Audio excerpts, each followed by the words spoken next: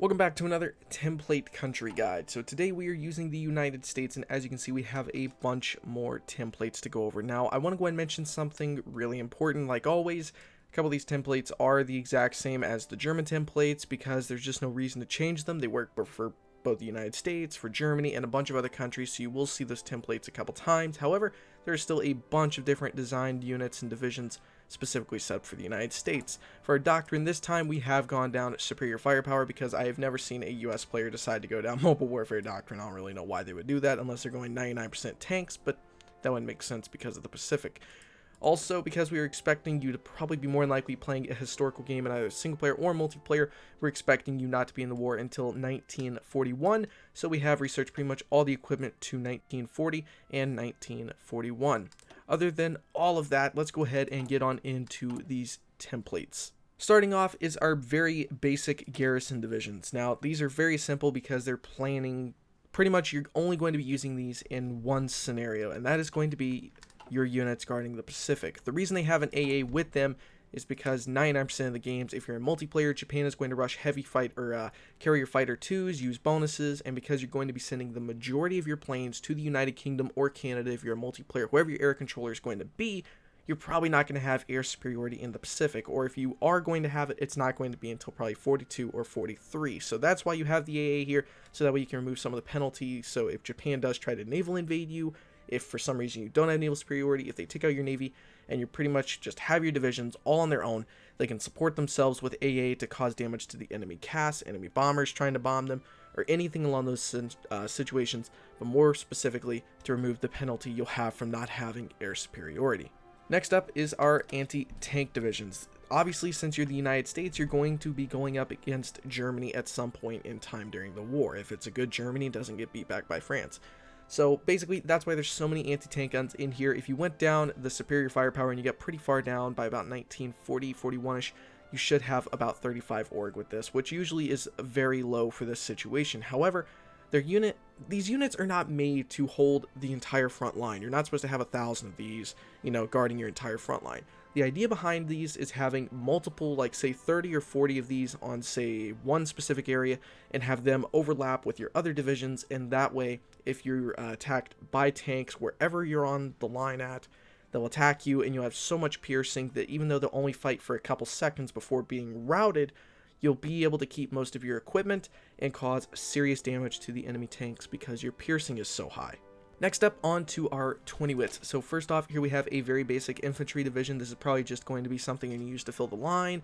This is like a backup division. This isn't supposed to be the main unit you're expecting to use in the war. It's probably going to be the best infantry or the main ones next is what you're going to be using for those tasks. But this is just kind of something to like fill a line or maybe help the allies with just having troops somewhere like in Africa, have something to guard somewhere like Gibraltar to free up some UK divisions, or maybe down here just guard the west coast of the United States if you're actually fearful of a Japanese invasion for some reason, if they've somehow been able to take the Attu Islands on Alaska. That's pretty much what these are for. If anything, I would actually recommend putting them on the reserve option here so they get supplies last. Next up is your main infantry. Now this actually is what you could use in Africa or say Normandy, France, wherever you're going to try to invade. This is actually a really good all-around division. It's got a pretty good amount of soft attack. It's got a very small amount of hard attack compared to other anti-tank divisions, but it's pretty good in that area still. It's got some very good defense. It's got really good piercing. It's pretty much all-around good everywhere, except it does not have armor with it. So just remember that. This is probably what you want to use as the main unit on your front line if you can support it. If not, remove the anti-tank gun out of there and use them this way, and they should be able to hold almost everything aside from an armored push. Next up, we have our best infantry. This is what you want to strive for. Now, if the enemy has air superiority, you want to leave this support AA company in there. If you're going to be able to keep air superiority, if the allies are going to have air superiority, I would recommend swapping it out for either a signal company for your divisions, so that way they can gain like, a little bit quicker reinforcements and stuff. But that's really not a great idea usually for infantry, so I would recommend probably more than likely a support rocket artillery to add on another 26 soft attack, boosting it up to 237. Next up, let's go to our heavy infantry division. Now, In most multiplayer games, this is going to be banned because this is going to be what's referred to as a Space Marine. Space Marines are infantry divisions that have tanks with them. So basically, if you want to get around this, you could swap out the infantry for motorized or something if you want to be a little sneaky with it. But if you're in single player or your server does allow you to build Space Marines, this is incredibly overpowered. The reason this is because this adds armor to pretty much a ridiculous amount of infantry divisions that only require support equipment, infantry equipment, and the tanks themselves. Normally motorized are probably the biggest issue when refilling divisions and tank divisions and stuff. So adding just one heavy tank pretty much gets around that, and you don't need that much motorized, and you can put enough of these out to the point where if the enemy does not have any anti-tank, which in single player does not happen often, or in multiplayer, if you're going up against Germany doesn't have anti-tank usually, unless it's in a tank division. So usually if you do this to Germany, you're going to steamroll them because they have no armor and they're going to suffer penalties when fighting an armored division. Next up for our actual dedicated tank divisions. So first off, we have our Tank Division 1. This is mainly made just for pushing and stuff. It's not really too big of a situation I would expect to throw this into. I wouldn't throw this in the D-Day landings or trying to help recapture France or anything along that. If you're going to use this, the probably best area to use this would be certain areas in the Pacific, or say invading Africa. The reason is because it is a small division. It does not do too much of the where is it? On here somewhere there is the usage of supply. It really doesn't cause that much supply issues. It should be right here. It's only 1.89 compared to other divisions, and it's got a lot of soft attack. It's got really good piercing to go up against enemy tank divisions, which really in Africa you shouldn't expect, or in Asia you really shouldn't expect the Japanese player to go too hard in tanks. In single player they might sometimes, but this is pretty much a really good division for small situations like that, where you're not expecting Germans or the very hard hitters of the war to actually be confronting you. Next up is our Assault Gun Division. This is pretty much made just to go up against infantry, and if you're going up against anything other than infantry, they're probably going to get pushed back pretty easily. Now, you're going to notice the org is incredibly low while having most of the doctrine maxed out. Yes, I am completely aware of that.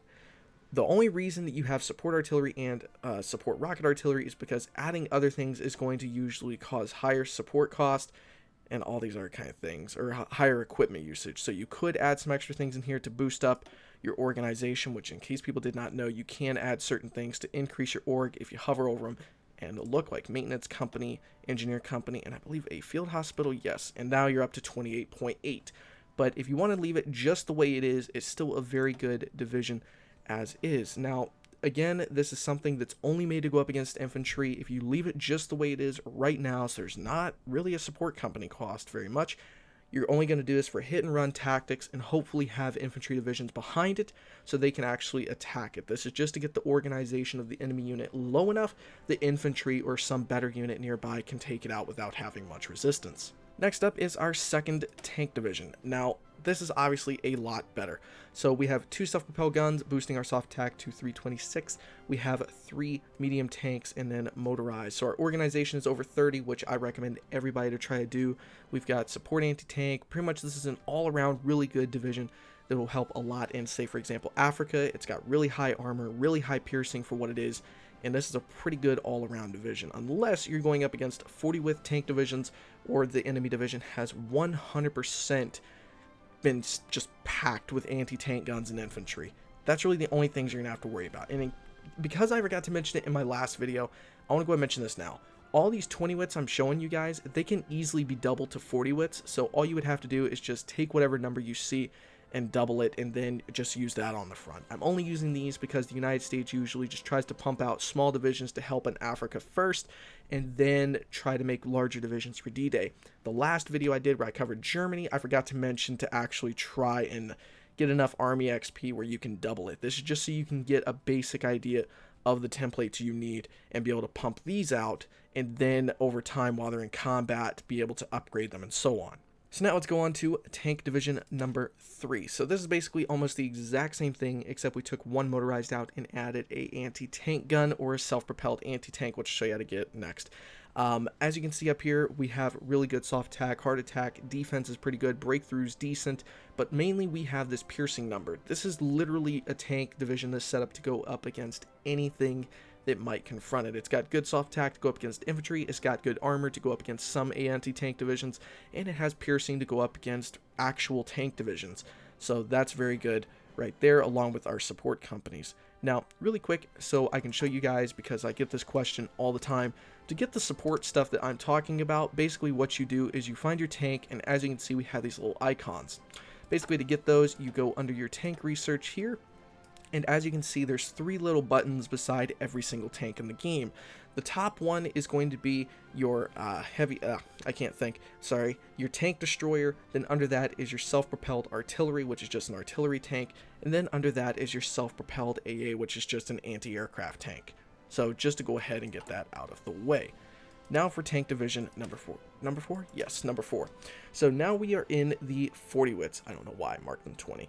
Anyway, so for tank division number 4 here, as you can see, this is something you should really try to get. We have one self-propelled anti-aircraft gun in here because we might go up against planes. The enemy might have air superiority. If you don't have to worry about air superiority, you can replace it with a tank destroyer or something along those lines. As you can see here, though, we have a lot of soft attack and a lot of other things. Decent piercing, decent armor, but again, we want that soft attack number as high as possible for these tanks, since their main role is to just steamroll enemy infantry divisions and also have enough armor backing them up and a high enough breakthrough where they're not going to have that many losses. Next, we have our 5th and final tank division. This one is made to literally go up just against infantry. We have incredibly low org compared to some of our other divisions at only 22.1. But we have really high soft attack. Something I would recommend possibly doing is taking a couple tanks out of here and just adding a motorized. Then you can swap, say, these tanks over here. Let me get rid of that over there. Add 2 tanks here. You could restructure it a little bit. I would try to get the org as close to, if not above, 30.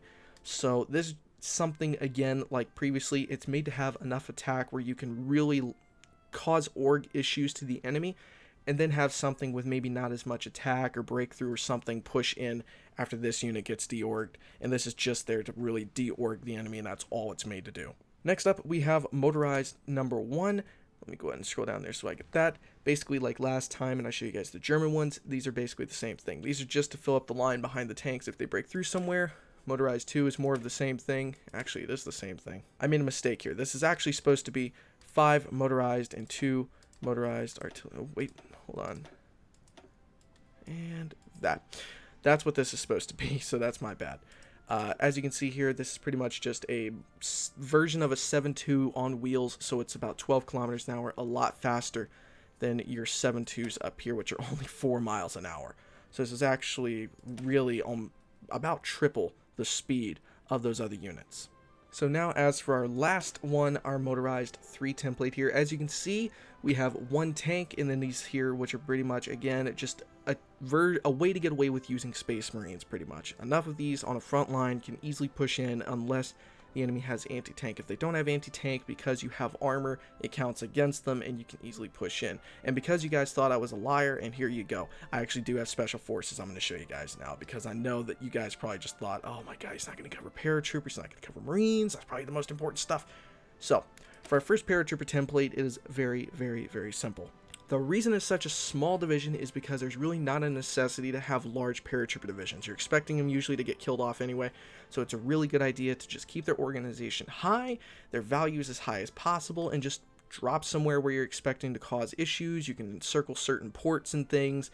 That's what the idea behind paratroopers are, which I'll show you in just 1 second. So as you can see here, this one is pretty much made to just defend a town. It's defending a mountain, a hill, something along those lines. It's got good defense, it's got good soft attack, it's not got any hard attack pretty much, but this is still a very good template to use.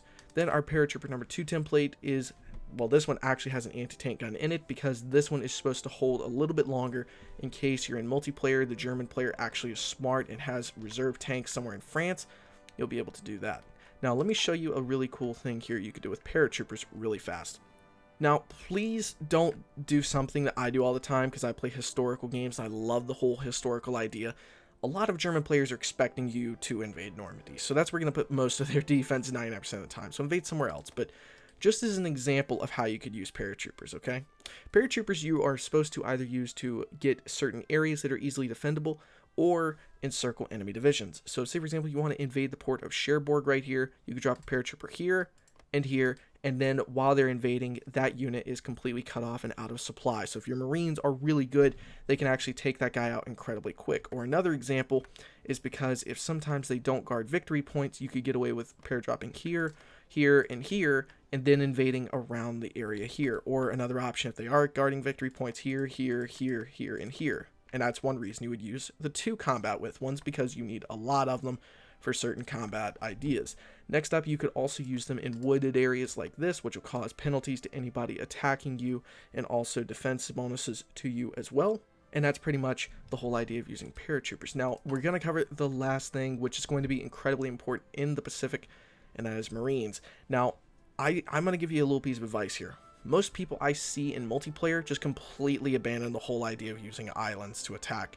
Please, I'm begging you, do not do that. That is the worst mistake I see USA players do, abandon the islands. Now, most people say, oh, they hold no strategic importance. There's no reason to invade them. Actually, there is. If Japan is smart and you've completely bypassed them and you're going for like Okinawa, or Okinawa, or Iwo Jima, or Taiwan, or stuff like that, the Japan player just has to build a couple airfields around these zones and then just build a bunch of kamikazes and just drop them in the area, and they'll just decimate everything. These islands, to a competent Japan player, are one of their most strategic assets, so please do not just simply abandon the idea of going for islands, unless you're in a multiplayer match and you have no intention of ever setting foot in Japan. If you're going to try to invade them, to capitulate them, you need the islands. If you're just on the defensive, by all means leave them alone, but otherwise, go for them. So for our Marine templates, here we have our very first one. Now, yes, I know it's showing a artillery icon. That's because you need soft attack to be able to break through these places. You still get some pretty good bonuses to amphibious landings, which are... Actually, no, it's... Wait, where is it? Here we go. You still get a 30% plus attack for amphibious landings, so that's going to be about another 90 attack, so really it's going to be about 370 attack or so.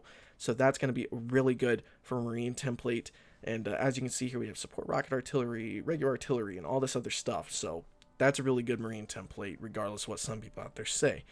Next up, we have a larger Marine division here. And the reason that's 24 width is you can kind of remove or add some things here. Now, again, this is a good Marine template because, as you can see, we have a 20... Oops, wrong one. We have a 58% bonus for amphibious landing. So as you can see here, we have already got a lot of soft attack on this template. So you can remove or add some certain things here, like you can remove one Marine out of there, it only drops to 57. Then you can remove one of these, and now it's down to 55. So something like this, you can work with it, but just try to work off this idea and just remove one or two things. Maybe you could remove the artillery off of here, but that's going to cost you quite a bit of soft attack out of there. That's 72 soft attack just gone. So really it's up to you, but I like to use this template as an idea, and sometimes I'll actually even use it as a 24 combat with Marine template to invade certain areas. For some reason, I don't know, it just works. That's the magic of HOI4. Some things shouldn't work, but they just work, and that's how HOI4 works. Now for our last template, this really ridiculous OP Marine template. This is absolutely ridiculous. So sometimes you want to use a amphibious tank, sometimes you want to use a heavy tank destroyer. As you can see, for amphibious, we have a plus 35% attack bonus. We have 10 Marines, we have 6 artillery, and a single heavy tank destroyer. The reason you do this is because the tank destroyer, the heavy one, will add armor, piercing bonuses. Then you have the soft attack from the artillery. Then you have the Marines to add the bonuses for landings and all this other kind of stuff. Next up, you have your engineers, and make sure all your Marines have logistics companies because they're expected to land around ports, and they're going to be out of supply for a long time usually as they're having to attack, and they will lose a lot of their supply, and you don't want them totally wiped. So make sure you use a logistics company along with support rocket artillery, and support anti-tank. So guys, that is the United States divisions. Now, like last time, please make sure to go down below and let me know what country you want next, as this was the most requested division template video that I got off the last video where I showed Germany. So make sure to go down there, like I said, tell me what templates you guys would like to see next, and I will probably do those depending on how many people respond. Thank you for watching. I will see you guys next time. Oh, and remember, double the templates if you can for a lot of this stuff. And one last thing I did forget to mention that just popped in my head. check server rules before actually using some of these templates, because some templates are under 10 combat width and servers do not allow those. Usually it's a variant of 10, 20, or 40 combat width is usually what most servers allow. And also make sure to read them all the way through, because some units may not be allowed, like certain things like Space Marines might be banned, mixing Marines and Paratroopers might be banned, mixing Mountaineers with Marines. You never know what's in a certain server, and make sure you go through those rules usually before you do anything so you don't get in trouble. Thank you for watching. I'll see you guys next time. Stay awesome.